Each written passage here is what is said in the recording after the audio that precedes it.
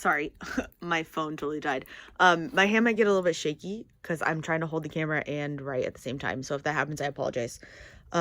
So when we have our given, like I said, we have our conversion from our volume to our weight. We have our volume to start out and the weight we want. And we have all of the units that we need them in. So I start out with what I have and what I need. Okay. So to start this out, I say we have 42 inches cubed. And I like to put it over 1. It just makes it easier for me. And I need to end this up in pounds. Okay, so that's what we got so far. Now, I know that to convert my volume to my weight, that I need to have my volume in centimeters cubed. So the way that we do that is we multiply by, we need it to be inches cubed, right? But we only know a direct conversion, or we're given a direct conversion in the book from inches to centimeters. So we know that there are 2.54 centimeters in 1 inch, right? The reason why my centimeters are on top is because I want centimeters.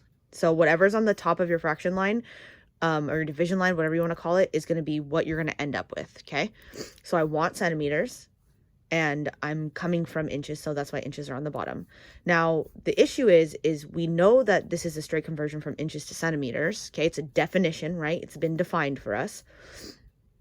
So the way to get it to be cubed is we have to cube the entire thing, right? The entire equation, or the entire fraction, I'm sorry. Okay, we'll come back to this in just a second, but let's finish out building the rest of our equation, okay?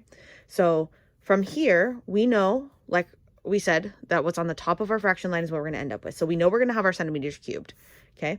So we've got our centimeters cubed. Okay.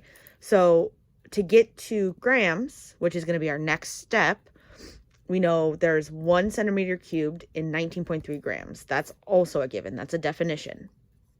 Okay. We're given that. All right. Now our last step is our answer will be in grams here. But our last step is we need to convert that grams to pounds, okay? So we're going to multiply. We know that this is also given, it's a definition. We are given 453.6 grams. Grams is on the bottom because we're coming from grams, right? In every 1 pound, okay? So the way that you're going to do this equation now that we have it all laid out is my first step would be to cube this and pull it down. We'll pull everything down so that we have just a clean equation. So when we cube this, we'll cube our inches. So 1 inch cubed, okay? We'll cube our centimeters. But what we do to the unit, just like what we do to the bottom, we have to do the top, right? But what we do to the unit, we also have to do the number. So we have to cube 2.4 or 2.54, I'm sorry, which gives us a big old honking number. It gives us 16.3870694. Barely left myself enough room there. Apologize. Okay. So we got that. So we also have 42 inches cubed over 1 multiplied. We're just bringing everything down now. 19.3 grams over 1 centimeter cubed. Remember, these are definitions.